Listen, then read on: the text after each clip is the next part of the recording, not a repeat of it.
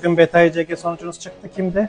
Uchta bemorimiz ham topshirgan. Uchalasi ham aslida juda ham zo'r xabar. Birinchi bemorimiz 2 marta eko muolajasini o'tkazdik. Sababi birinchi eko muolajamizda embrionlar oxirgi kungacha bormadi. Lekin umidsizlanishmadi va ikkinchi urinishda erkak faktor bo'lgani uchun moyaklardan urug'ni olib, yana boshqa protokolga harakat qildik va 3 ta a'lo embrion muzlatishga imkoniyatimiz bo'ldi. Mana bugun embrionlarni qo'ydik va xushxabarni aytdik. Bugün BTICG sonucunuz çıktı. Kimdi?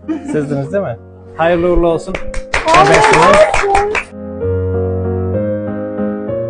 Ikkinchi bemorimizga turmush qurganlariga 1 yil bo'lishiga qaramasdan eko muolajasiga oldik, chunki erkak faktori bo'lganligi uchun biopsiya yo'li bilan urug'ni oldik. Turmushlariga 8 oy bo'lishiga qaramasdan eko qildik va bugun tergan oyimizda embrionni qo'ydik va xushxabar aytdik. Ikkinchi bemorimiz fresh, Nabila, homiladorsiz.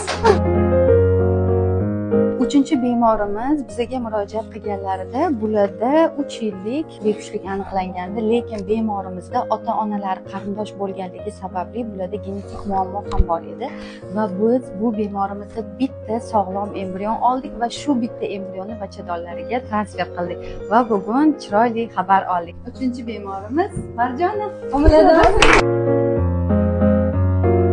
Hammangizga xayrli homiladorlik tilayman. Inshaalloh bolajonlarni sog'-omon qo'llariga olganlarni ko'rishimizni nasib qilsin.